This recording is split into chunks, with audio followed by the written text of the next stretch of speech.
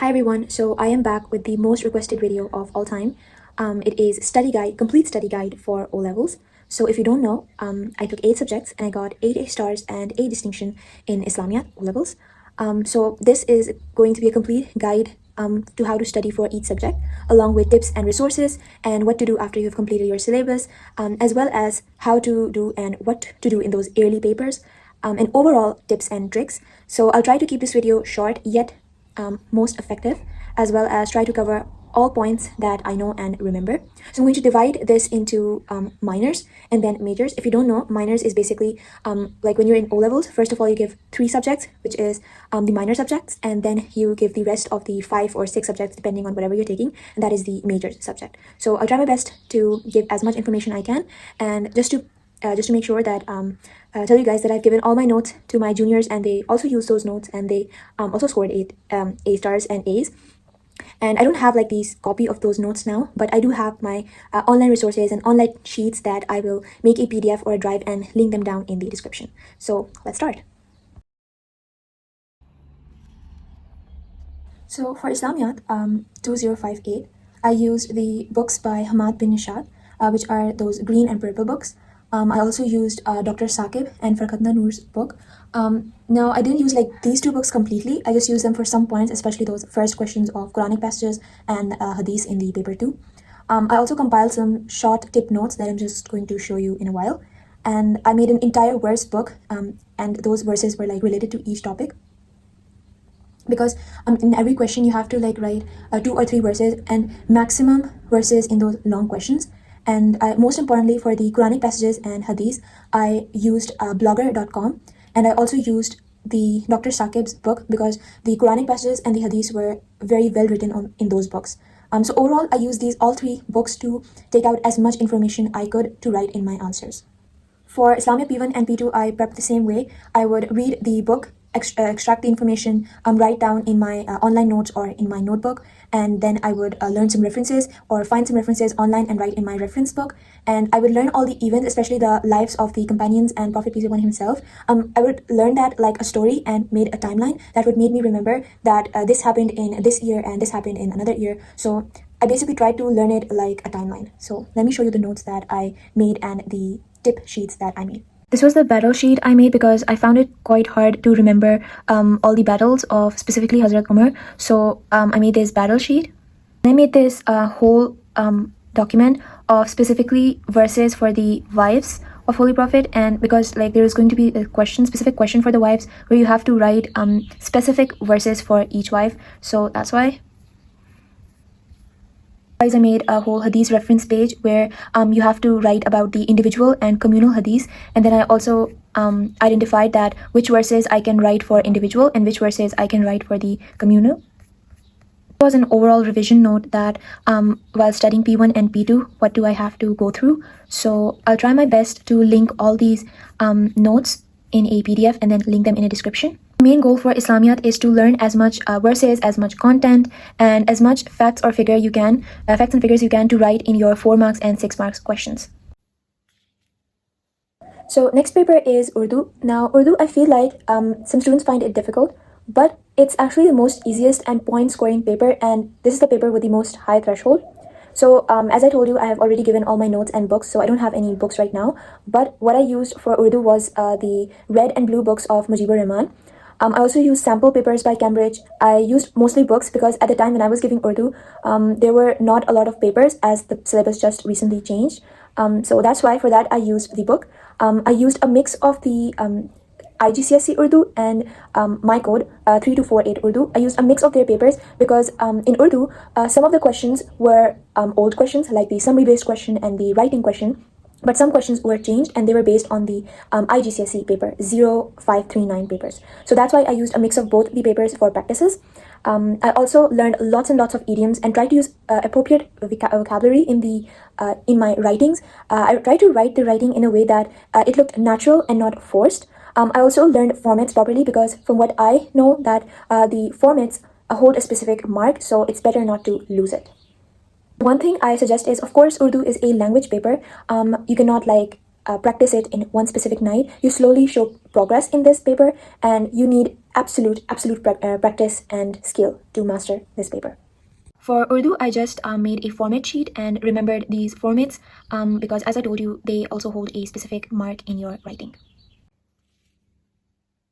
Now we're going to talk about Pak Studies, specifically Environment of Pakistan. It was my least favorite subject, but it is the most point-scoring subject because it's mostly memory-based. So for this, I used the book Environment of Pakistan by Humanaz.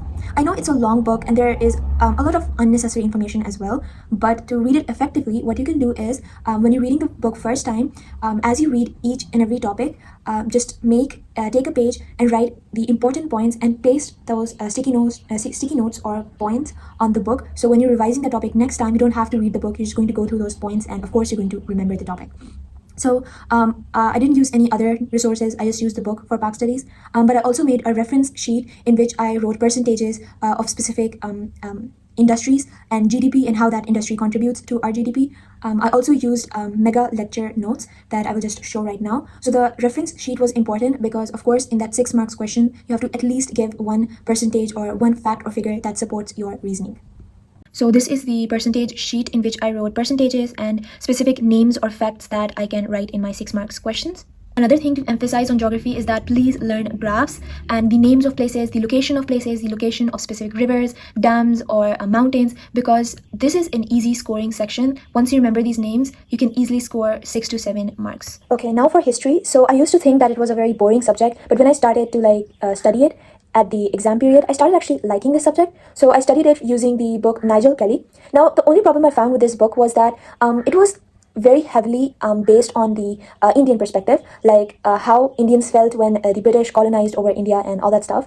But when I was practicing papers, I realized that like in recent papers and recent questions, Cambridge was asking the British side as well, like British reforms and different changes that British made. And those reforms were very much limited in the Nigel Kelly book. So for that, I used Wikipedia and online sites to compile my own British reforms to help me in those 4 marks questions and overall in those 7 and 14 marks questions. So one thing you must learn in history is that the reforms, if not the entire basis of the reforms, just learn the basics that what this reform brought in India. Also remember pictures, because one thing I noticed that as we were studying about famous people like Ayub Khan or any viceroy of British, we used to learn their names, but at the same time, when we were given a picture, we were unable to identify who this person was. So I greatly emphasized to at least see that picture, the face of that person once.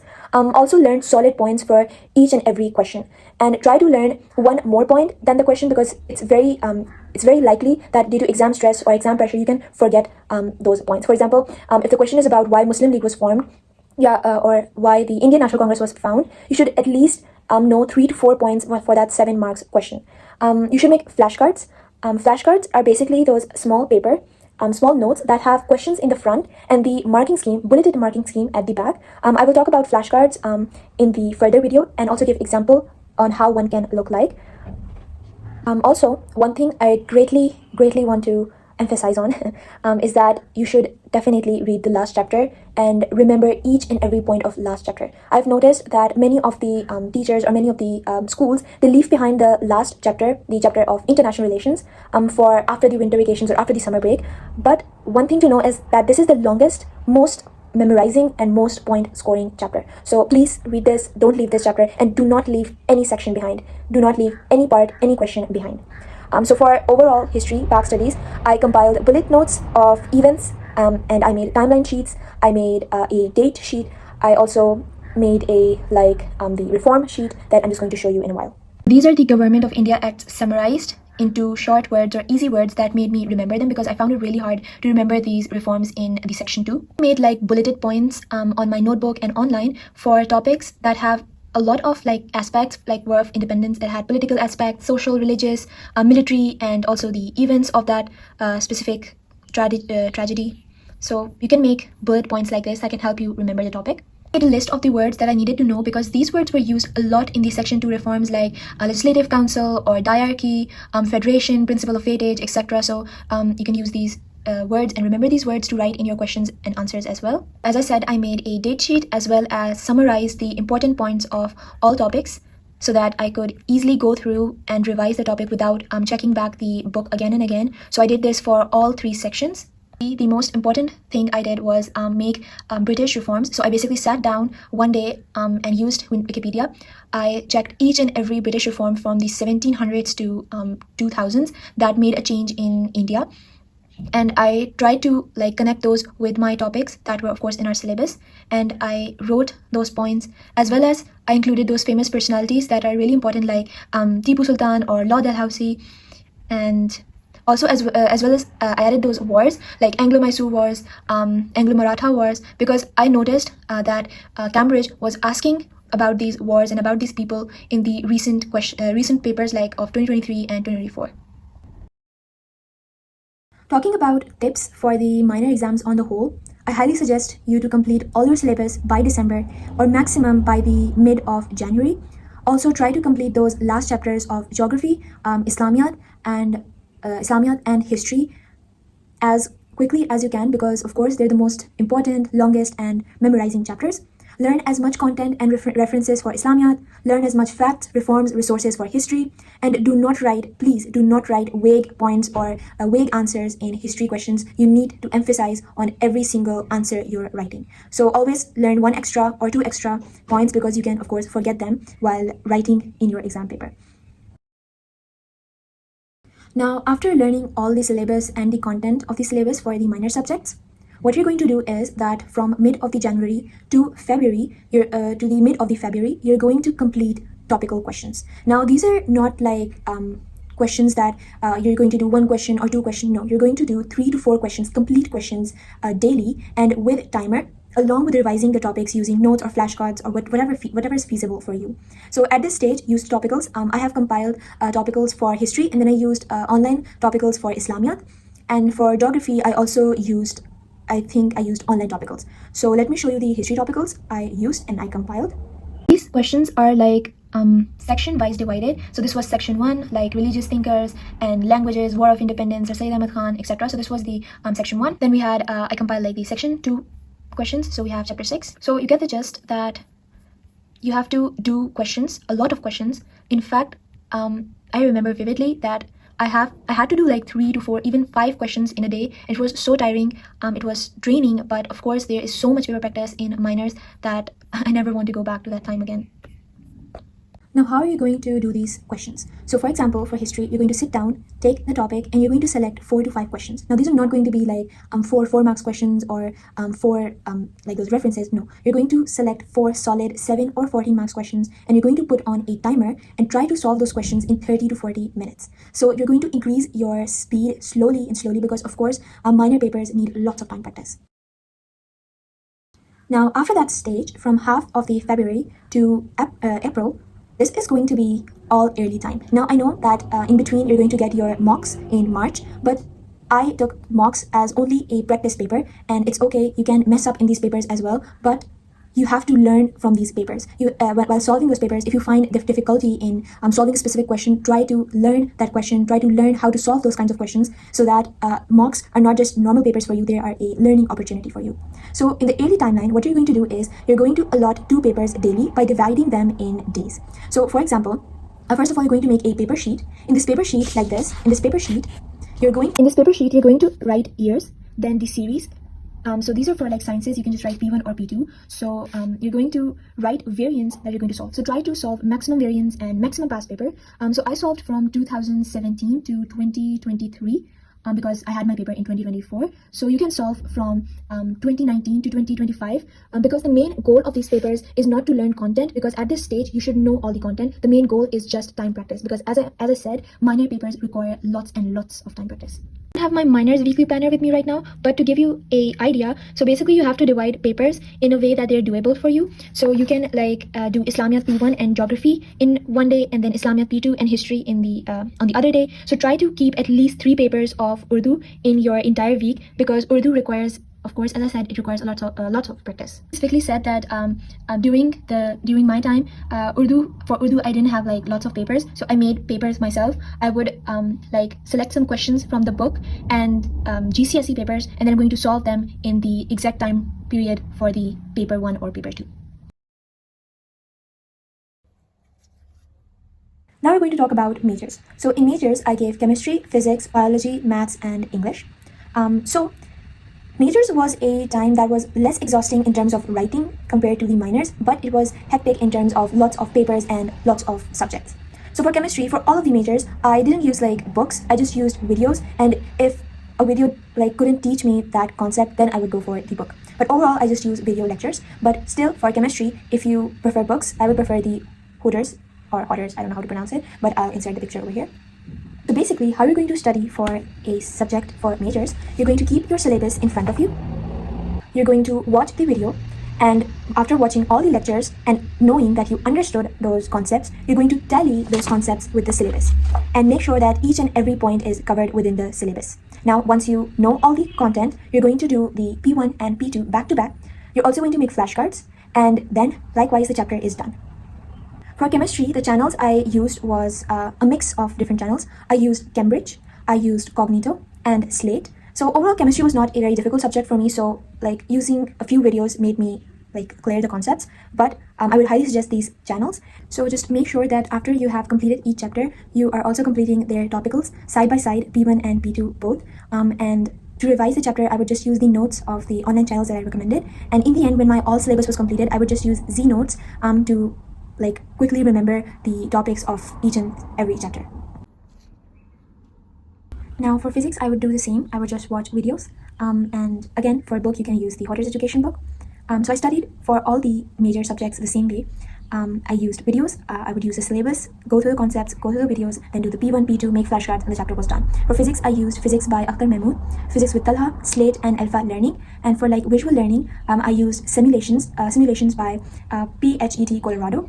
So I also made flashcards for physics, and I again used Z notes in the end.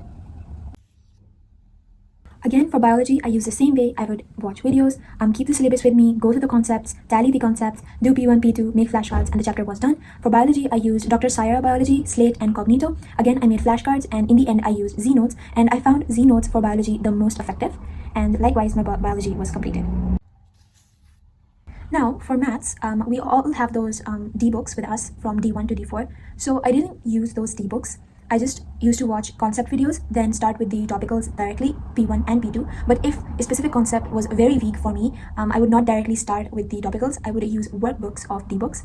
For example, I found inequalities, the word problems of inequalities quite difficult, so I would use workbook of the books, and then I would start the P1 and P2. So for maths, of course, I used Xenomatics, Mathlead by Saad, and after completing my entire maths syllabus, when I would solve papers and I found difficulty in solving the papers, I would use the channel O and A level mathematics. They used to like solve the papers in front of you along with tips and tricks. Now, one thing I want to say is that this is a misconception that if you're not good at maths, you cannot take a good grade. So initially, I was not good at maths. I was not bad at maths, but I would struggle in math. But slowly, with lots and lots of practice, daily questions, daily topicals, daily past papers, I managed to, of course, get an A star in maths. And now I'm also taking maths in AS, in A levels. Now for English, another skill-based language paper. So when I was doing English, I had no papers to solve, or I think I had only 1 or 2 papers to solve, and a sample paper given by Cambridge. So I had no book. I used no book for English, but what I did for English was that I practiced at least, I would write 1 or 2 writings in a week. And I practiced a lot from IGCSE papers because I found out that most of the paper pattern that our English pattern changed to was of IGCSE. Mostly the text A and text B, it was all in IGCSE, and then I practiced those papers. I also practiced sample papers, and as I said, I wrote 1 or 2 writings in a week. And so likewise, you just have to build your writing level, build your skill of English, and that of course, you cannot do that in one night. You have to start in the very beginning. Now, of course, the syllabus changed and many people now consider the old papers useless, but in reality, those old papers are actually not useless. You can still use them for practicing the writings and as well as the summary segment of your English paper. Now, what are my overall tips and tricks for the majors? First of all, try to make flashcards. Now, what are flashcards and how are they made? So basically, you take a piece of paper like this. What you're going to do is, when you're solving paper 2 or P2 of your subject, for example, chemistry, you're going to come across questions, a lot of questions in P2. Now, there are questions that are repeated a lot. For example, like make a addition polymer from a monomer in organic chemistry. So you're going to write the question in the front of the page, you're going to number the question, and then at the back, you're going to write their answer in bullets as per the marking scheme. So how are these flashcards going to help you? So when you are studying a specific topic in the beginning, you're going to remember it very well. But as time passes and as you have completed many more chapters, the initial chapter is going to get blurry in your mind. So in the end, when you're going to revise all the chapters, you don't have to open your notes or open the book again. What you can do is just go through these flashcards, and all of the topic is going to click in your mind along with the questions you solved and along with the answers you wrote. So that's why flashcards are important, and that's why I emphasize on them. Another tip for majors is try to solve topicals side by side. I know it gets a bit hectic because P1 and P2, both of them, they take a lot of time to solve, especially those numericals. But if you try to solve them side by side, your burden is going to significantly decrease by the end of the exam period. The thing I noticed is that a lot of students, they buy the solved papers for P1 or P2 for majors and minors both, and I think that is not very helpful because you're not learning a lot from them. So just try to buy the unsolved papers from anyone you can buy, like from Red Spot or Read and Write, Al-Mustafa. I don't know, there are a lot of brands, anything you can find. I use Read and Write specifically, so you can solve those papers, and if you find any difficulty, you can watch online tutorials on like how to solve this question on YouTube, or you can even ask on Wikipedia or using Google. You can find the answer of that question. Now, as you've noticed by now that I talked about practice P1, practice P2, but I didn't talk about P4. So P4 is alternate to practical, and it is also a very important paper for the sciences. So I did no practice of P4 initially. I just did the papers or whatever practice was being done in school during the initial period before December. Then after my syllabus was completed, I seriously studied it in my yearly stage, and I assigned half a month for only P4 practice. I would continuously back-to-back solve P4 papers for biology, physics, and chemistry, because I believe that just solving at least 6 or 7 papers or 8 or 9 papers, you can understand the pattern of these papers because they're very specifically designed. So you can learn the pattern, and that pattern is repeated over the years. I also used Z notes for P4. They were very helpful. I made my own tip sheets for formulas, errors, and how to fix those errors, and different tests. For example, like in biology, we had test for Benedict's test, and for chemistry, we had test for anions and cations. So I remember those a bit, and I maximized my practice during the early stage. Okay, now by December or maximum the mid of January, you must complete your syllabus for all 5 or 6 subjects you're taking. You must know the content. You must be strong in those topics, and like each and every topic should be covered. Now for half a month, do only P4 earlies and any topicals that you have left behind in either P1 or P2 topicals. And by February, all your topicals must be complete, and you must have maximum P4 practice.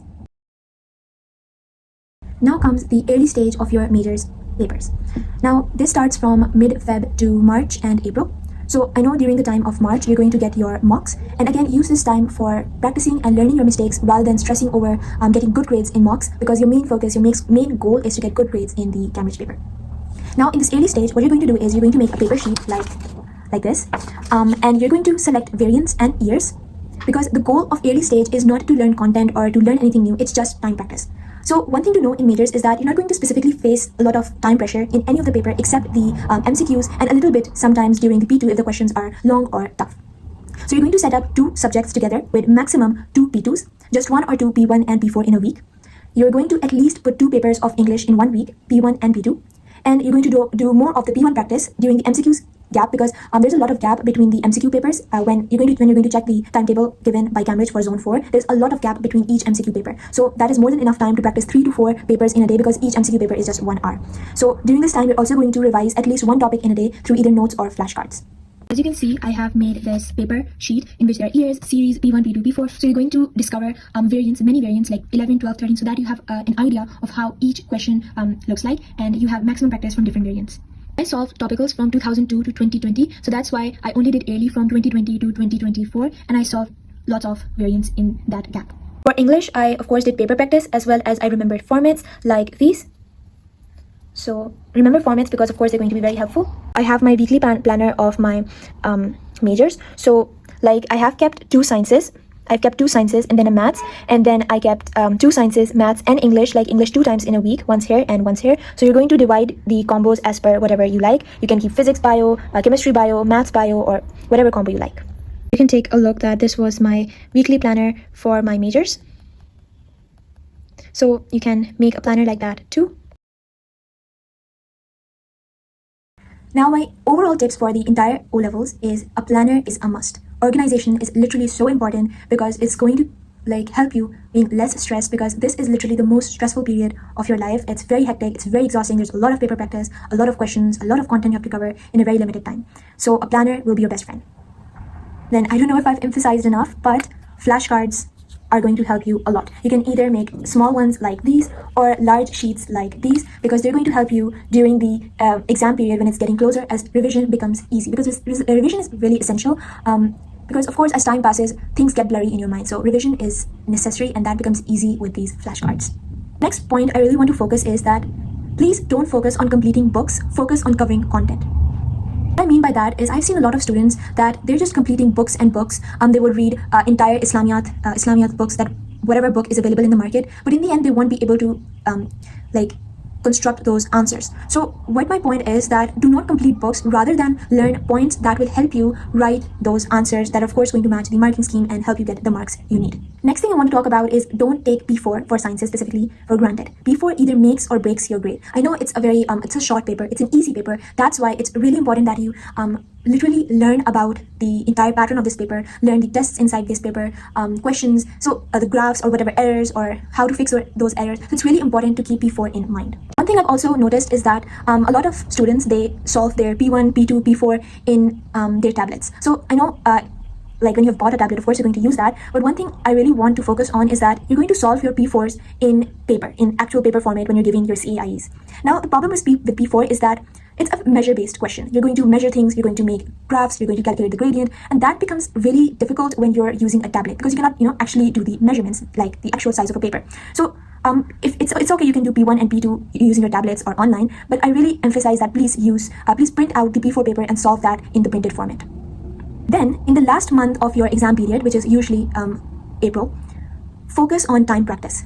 It doesn't matter how much content, how many things you know about a specific topic. If you cannot write those things in the specific allotted time of that exam, there's no use. So that's why please focus on time practice, because time practice is one of the major things to get a grade.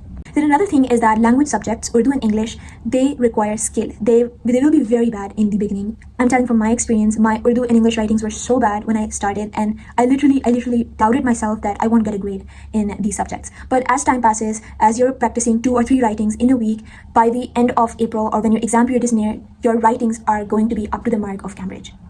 Another thing I want to focus on is that when students are confused about something, like how to solve a specific question, what is the paper pattern, they're going to go on YouTube. Of course, YouTube will be helpful, but one thing that really helped me was to go and use candidate responses and examiner reports. Now, an example is that in geography, I found a hard time solving those 6 marks questions, because sometimes when I would write about pros of that question, there would be something else in marking scheme. So I used examiner report to solve my confusion. And then in English, I was always confused on whether to write that according to text A, this paragraph says this, according to text B, this paragraph says this. And I was writing according to text A and according to text B up till January, until I read candidate responses, and I realized that you do not need to write as per text A, as per text B. You have to paraphrase the paragraphs without telling the examiner that you took this point from text A or took this point from text B. So that's why it's really important to read examiner reports and candidate responses, especially for a question that confuses you the most. Another point I want to raise is that please solve yearly papers as a real exam. Print it out or solve it on your tablet or laptop or whatever you do, however you solve that paper.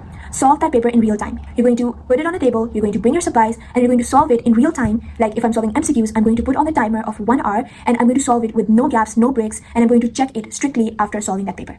Thinking about checking strictly, one thing that really helped me was making a mistake booklet. So what you can do is while solving a paper, you can make a booklet, and you're going to write that what question you did wrong and why you did wrong, and you're going to go through this mistake booklet in the end, so that if you're immune to like solving the same question wrong even after practicing it a lot, you can avoid this mistake in the end. Like for example, this is not a mistake booklet, but this is basically when I solve this is from my AS level. So when I solve any question or MCQs and I do them wrong, I'm going to write the question and then I'm going to write the reasoning what I did wrong, so that whenever I'm revising that topic or whenever I'm like going through a test, I'm just going to go through this first page and I can easily learn what were my mistakes. You can also make large sheets like this.